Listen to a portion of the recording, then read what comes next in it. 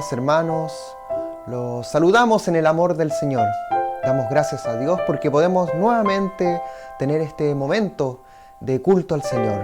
Fíjese que el Salmo 145 de los versículos 1 al 3 es un salmo de David. Es un salmo de alabanza por la bondad y el poder de Dios.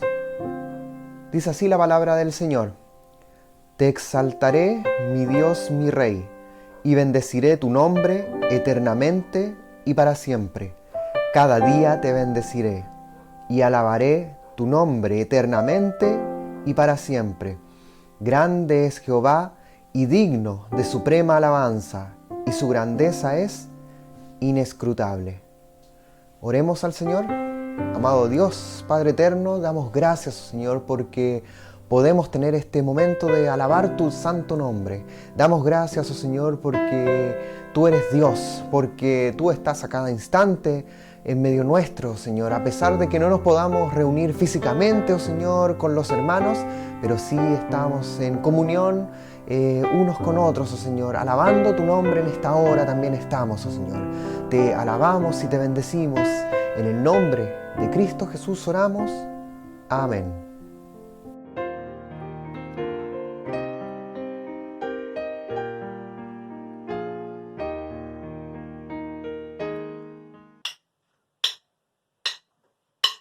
Te exaltaré, mi Dios, mi Rey, y bendeciré tu nombre eternamente y para siempre.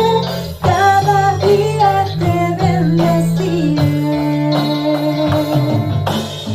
y alabaré tu nombre eternamente y para siempre. Grande es Jehová y digno de suprema alabanza, y su grandeza es inescrutable. Cada día te bendeciré. Te exaltaré, mi Dios, mi Rey, y bendeciré tu nombre eternamente y para siempre. Cada día te bendeciré y alabaré tu nombre eternamente y para siempre. Grande es Jehová y digno de suprema alabanza, y su grandeza es inescrutable. Cada día te bendeciré. Cada día te bendeciré. Cada día te bendeciré. Hola queridos hermanos, les queremos contar que el Ministerio Infantil no ha dejado de trabajar en este tiempo de pandemia. Y como los niños son parte de la iglesia, les quieren enviar sus saludos los próximos domingos. Buenos días, feliz domingo. Hoy ya doy gracias porque Samuel está con salud y porque casi todos los domingos nos podemos conectar. Y lo he pasado súper bien yo. Mañana viene... A ver, mejor dicho, mañana lo voy a pasar súper bien. Y extraño a todos los niños en la iglesia, mejor dicho. Y estoy aburrida por la cuarentena. Pero gracias a Dios puedo jugar con mis juguetes. Y también puedo regalar a mi sobrino.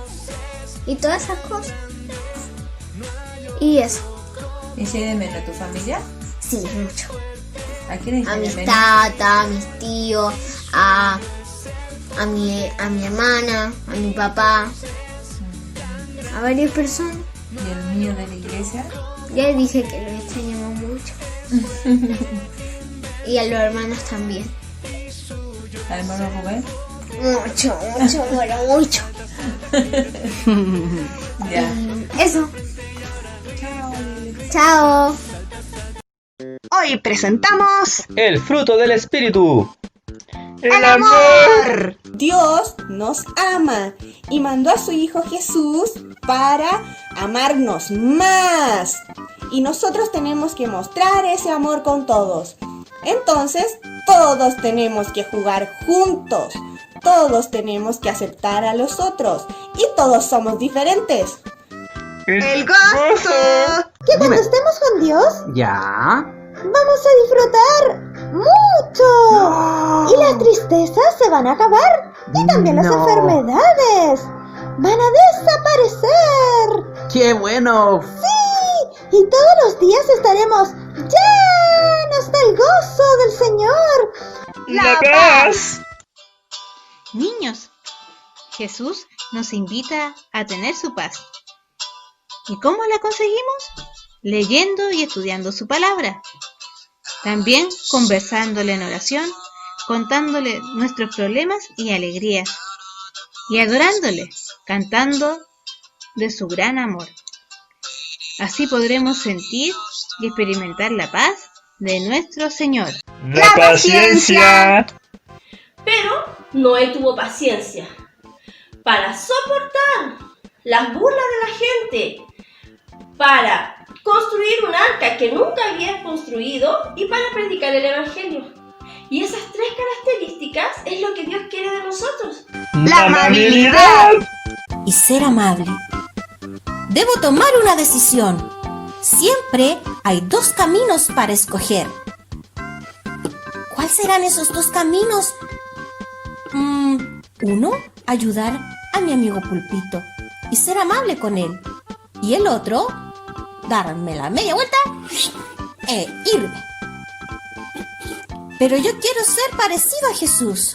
Así que, espérame, Pulpito, iré por ti. La bondad. Y así se dieron cuenta que la bondad es un gran superpoder y que Cami tenía el superpoder de la bondad. ¡Wow, Cami! ¿Cómo hiciste que los villanos ahora sean personas bondadosas? ¡Ey! Te cuento que esto no lo hice yo. ¿Y quién lo hizo? Lo hizo Jesús, que está en mi corazón. La fidelidad. Estoy muy contento de que Dios te haya protegido. Ahora sé que tu Dios es verdadero y que es fiel con sus hijos y que tú fuiste bendecido por ser fiel a tu Dios. La humildad. Abuelita, estaba muy equivocado. Pero niños, el mejor ejemplo de humildad que tenemos todos es de nuestro Señor Jesús, que aun siendo Dios, se humilló tanto, pero tanto, que murió en la cruz. El dominio propio. El dominio propio es la capacidad que tenemos nosotros que nos dio Dios para poder controlar nuestras emociones, nuestro enojo, nuestra ira, nuestras alegrías. Amor, gozo, paz, paciencia, amabilidad, bondad, fidelidad, humildad, dominio propio. El fruto. El fruto. ¡Bendiciones! ¡Bendiciones!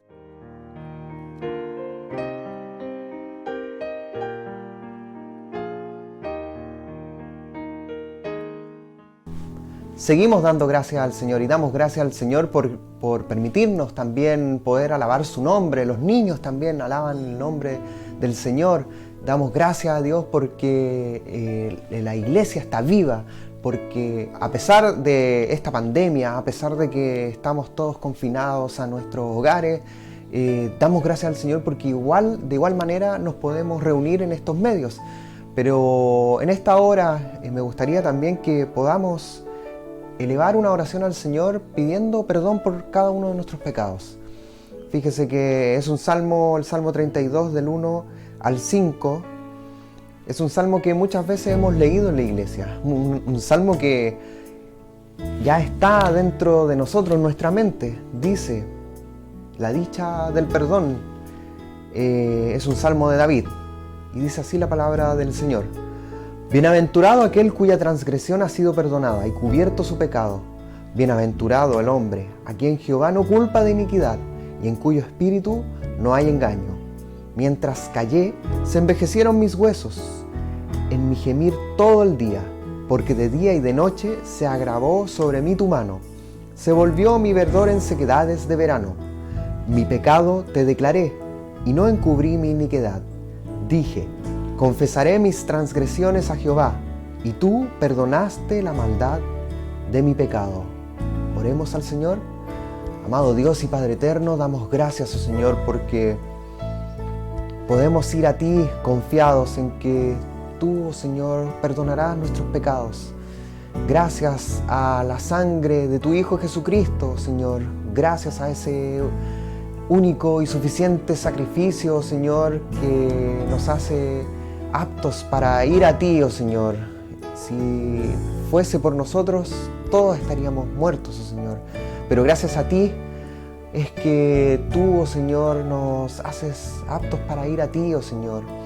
Gracias te damos porque nosotros te podemos declarar nuestros pecados y como dice David, el salmista, tú, oh Señor, perdonaste nuestras iniquidades.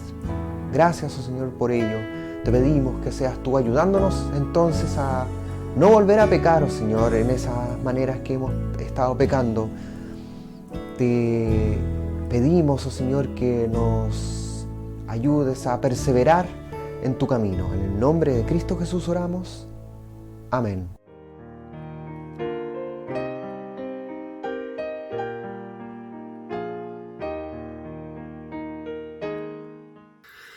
Amados hermanos, les saludo en el amor del Señor en este día que el Señor ha hecho para que nos gocemos y nos alegremos en Él. Nos unimos por medio de esta forma tecnológica en adoración en el día del Señor para compartir de la palabra del Señor en medio de un tiempo de aflicción, de prueba, de dificultad. Y queremos desearles a cada uno lo mejor y que el Señor les acompañe y les bendiga y que podamos seguir siendo protegidos y beneficiarios de la providencia del Señor que nos rodea. Les invito a acompañarme a seguir la lectura de la palabra del Señor según la encontramos en la epístola del apóstol Pablo, los Romanos, en el capítulo 8, y voy a dar lectura del versículo 33 al 35, que dice así: ¿Quién acusará a los escogidos de Dios? Dios es el que justifica. ¿Quién es el que condenará? Cristo es el que murió, más aún el que también resucitó, el que además está a la diestra de Dios, el que también intercede por nosotros. ¿Quién nos separará del amor de Cristo? ¿Tribulación, angustia o persecución, o hambre, o desnudez, o peligro, o espada? Tengamos una palabra de oración. Dios y Padre Santo, te agradecemos esta oportunidad que tú nos das de poder meditar en tu palabra. Queremos pedir la dirección de tu Santo Espíritu para que, abriendo nuestras mentes y nuestros corazones, podamos estar, oh Señor, atentos a ella y recibir lo que tú tienes para cada uno de nosotros. Ilumínanos, inspíranos y guíanos, Señor, en la meditación en el nombre de Jesucristo el Señor. Amén. El apóstol Pablo, como hemos estado hablando en las últimas oportunidades en que hemos tenido ocasión de compartir la palabra en la epístola de los Romanos en el capítulo 8, ha estado en este gran capítulo hablando sobre la providencia de Dios, sobre la forma en que Dios se relaciona directamente en el actuar con el ser humano en cuanto a que es el quien conoció, luego predestina, luego llama, luego justifica, luego glorifica, y que en la última oportunidad hablamos respecto a sobre cómo que no había ningún argumento que se podía expresar contra la promesa de Dios y que nadie podía contra el creyente, porque el Señor, que no había escatimado a su Hijo, no había negado, no había redimido, no había salvado, no había impedido que su Hijo fuera sacrificado, y lo entregó por nosotros, ¿cómo en virtud de eso no nos va a dar todas las cosas? Y Pablo sigue con sus argumentos en base a unas preguntas y respuestas. Este es un estilo muy particular de Pablo para poder enseñar a la gente. Hace una pregunta que en sí lleva una respuesta, pero la respuesta conlleva también una gran enseñanza, una doctrina, un pensamiento que de la misma respuesta casi inducida, el apóstol quiere reforzar una idea. Y él dice, en primer lugar, nos enseña en el versículo 33 que habiendo sido justificados por Dios, no existe nadie que pueda acusar a los creyentes en Cristo. ¿Quién acusará a los escogidos de Dios? Dios es el que justifica. ¿Quién acusará? Pablo está explicando sus puntos de vista, en que todas las cosas operan para bien a los que son elegidos con el propósito de Dios, a los que son predestinados, llamados. ¿Y qué se puede decir? Si Dios es por nosotros, ¿quién contra nosotros? Y como Él entregó a su Hijo, ¿cómo nos dará con Él todas las cosas? Y en ese tenor, entonces es que Él sigue con preguntas y respuestas que quiere dejar fijas en la mente la idea y la enseñanza en sus lectores y en nosotros que la estamos leyendo en este tiempo, por supuesto, también. Pablo pregunta, ¿existe alguien que pueda acusar? ¿Existe alguien que pueda acusar a los creyentes en Cristo? Él no está pensando en una vida inmaculada, una vida totalmente libre de pecado. Él sabe que no. Él sabe que en nosotros hay una tremenda lucha en el interior, y lo expresó antes en los capítulos 6 y 7 de la epístola, cuando él se refiere a este gran conflicto que ve en sí, de querer hacer el bien y no hacerlo, o de querer evitar el mal y no evitarlo. Y él sabe que él era pecador y que nosotros también lo somos. Él no está negando aquello. Él está diciendo que el enemigo del creyente está constantemente tratando de acusarlo, está constantemente de desacreditarlo consigo mismo muchas veces, porque el enemigo tiene esta estrategia. Él nos acusa en nuestra mente. Eres un pecador, mira lo que hiciste, y tú te dices cristiano. Pablo tiene una poderosa razón para decir que no hay acusador ni acusación sustentable contra los creyentes en Cristo. Porque Dios es el juez supremo. Dios es el que justifica al pecador creyente en Cristo. Cuando Pablo dice Dios es el que justifica, está refiriéndose a ese término que ya hablamos antes de una sentencia judicial, la declaración de justicia por parte de Dios. Eso es la justificación. Dios es el que justifica, y por lo tanto, como un acto supremo de efectos eternos, como una sentencia irrevocable, no hay por tanto ninguna acusación posible que pueda sostenerse, ni hay quien pueda acusar al creyente que fue ya justificado por Dios. Dios no cambia y no lo hará respecto a la justificación de los pecadores creyentes en Jesucristo, menos aún si fue Él mismo quien eligió, quien predestinó, quien llamó y quien justificó. En segundo lugar, en el versículo 34, el apóstol nos enseña que así como no hay acusador posible, tampoco hay quien pueda condenar a aquel redimido por Cristo. ¿Quién es el que condenará? Cristo es el que murió, más aún el que también resucitó, el que además está a la diestra de Dios, el que también intercede por nosotros. ¿Quién condenará? ¿Quién acusará? Y ahora, ¿quién condenará? Pablo da 4 poderosas razones porque no es posible encontrar culpable y castigar al creyente en Cristo. Y entiéndalas, están muy claras y muy bien. Primero, Cristo es quien murió por los pecados. La segunda razón es que Cristo resucitó de los muertos. La tercera es que Cristo ascendió a la gloria con el Padre. Y la cuarta es que Cristo intercede por nosotros. Este es un verdadero credo del apóstol. No hay condenación alguna para los creyentes en Cristo, así como inició el capítulo 8, puesto que Cristo es quien murió. Y Él es su sacrificio perfecto, completo y suficiente para satisfacer la justicia de Dios. Cristo es el que murió por los pecados. Y más aún, dice él, o mayor abundamiento, como dicen algunos abogados o algunas personas en un argumento, el sello definitivo de la muerte expiatoria como satisfacción plena de la justicia de Dios es la resurrección. Él lo dijo Pablo en otras cartas. El Cristo fue resucitado para nuestra justificación. Es el sello divino de eso. Así como lo hemos recordado muchas veces, lo reiteramos cada vez en Semana Santa, el Señor murió por nosotros pecadores, pero resucitó de entre los muertos para vencer a la muerte y para sellar el triunfo sobre el pecado y sobre la muerte. Dios está satisfecho. La justicia de Dios fue satisfecha en la muerte de Cristo en la cruz y su resurrección lo proclama. Como dice por allí un texto, porque Él vive, nosotros también viviremos. Aún más, tan cierto es ello que se cumple la profecía y Cristo es exaltado, accede al trono del Padre, es decir, Él ascendió y se sentó a la diestra para tener todo el poder, todo dominio, toda autoridad, todo reino futuro. Alcanzó la gloria para su iglesia, para sí mismo y para su iglesia, por la obediencia y por su sacrificio perfecto. Pero su posición también es una poderosa razón para que no haya condenación de ningún creyente en Él.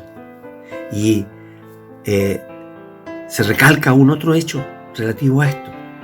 Él está allí en esa posición para interceder por nosotros. Intercede ante el Padre por cualquiera y cada uno de nosotros que pueda ser acusado.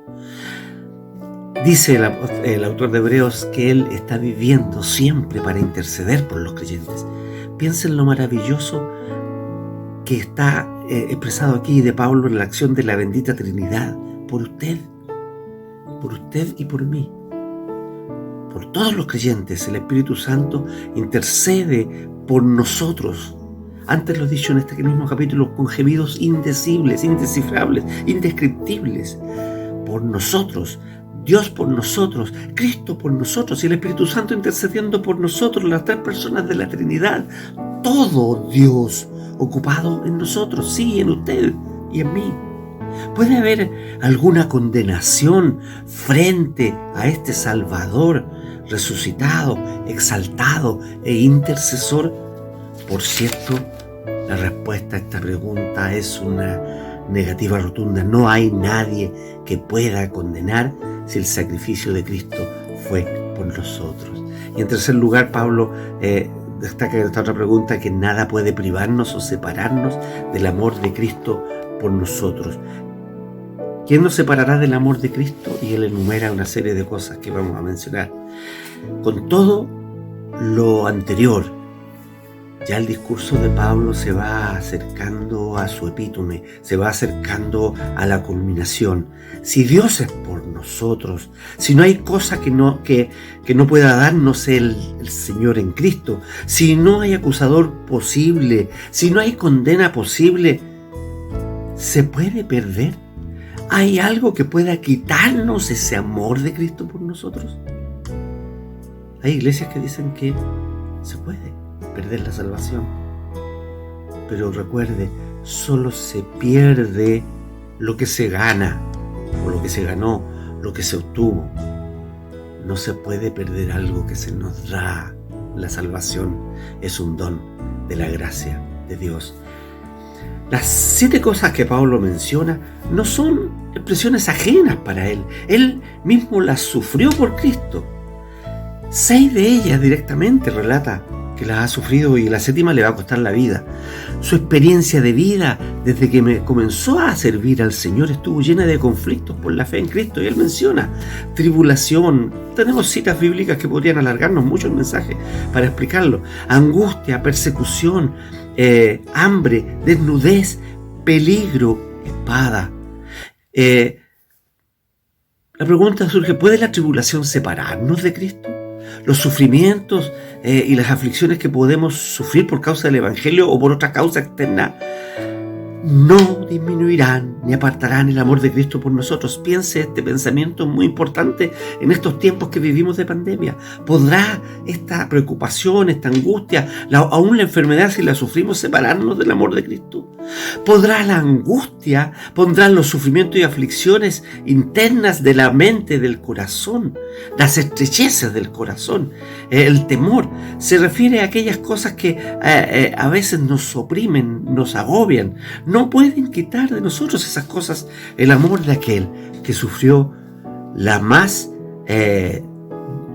indecible y mayor angustia que pudo algún hombre sufrir alguna vez.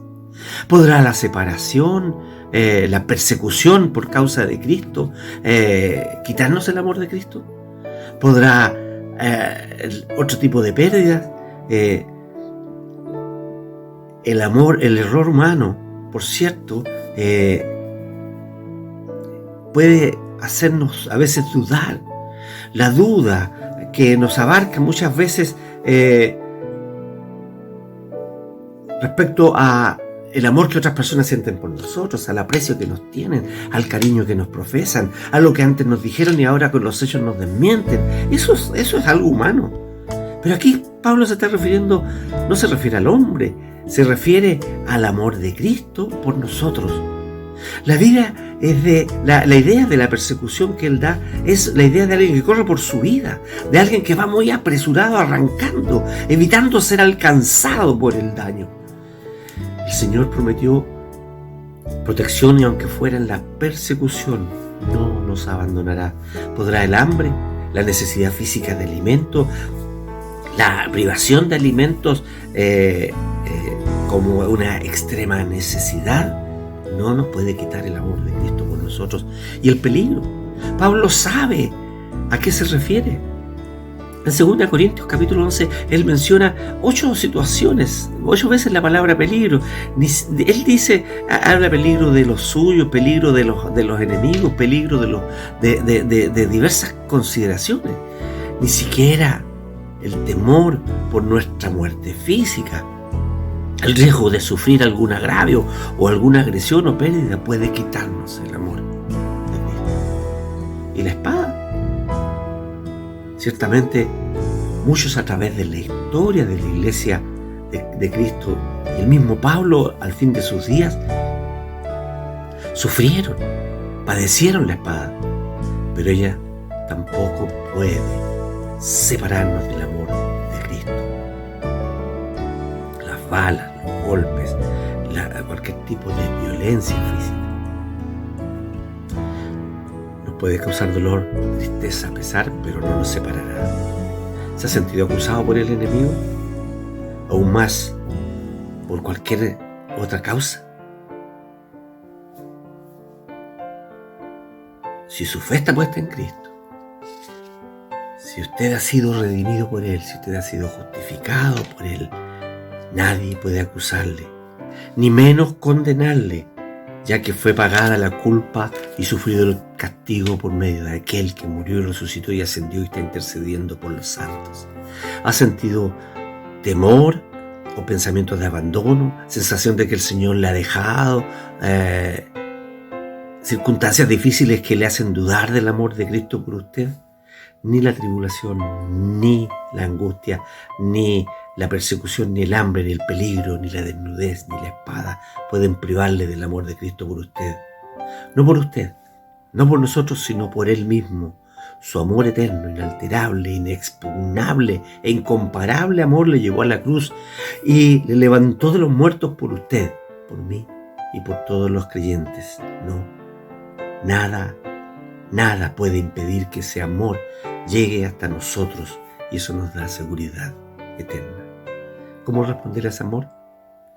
Pues, ¿cómo vivir ahora en este conocimiento? Si hay seguridad, si no hay peligros, si no hay condenación, si no hay acusación, si el amor de Cristo por nosotros está y estará siempre, entonces debemos vivir por Él, para Él, ser cautivos de ese amor, ser agradecidos de esa seguridad y ser proclamadores y voceros del amor de Cristo por nosotros. No dude, no tema, confíe, que el Señor le bendiga. Oremos. Dios y Padre Santo, gracias por tu palabra. Pedimos que esta palabra tuya obre en nosotros aquello para lo cual tú la has enviado, por Jesucristo el Señor. Amén. Mas el Dios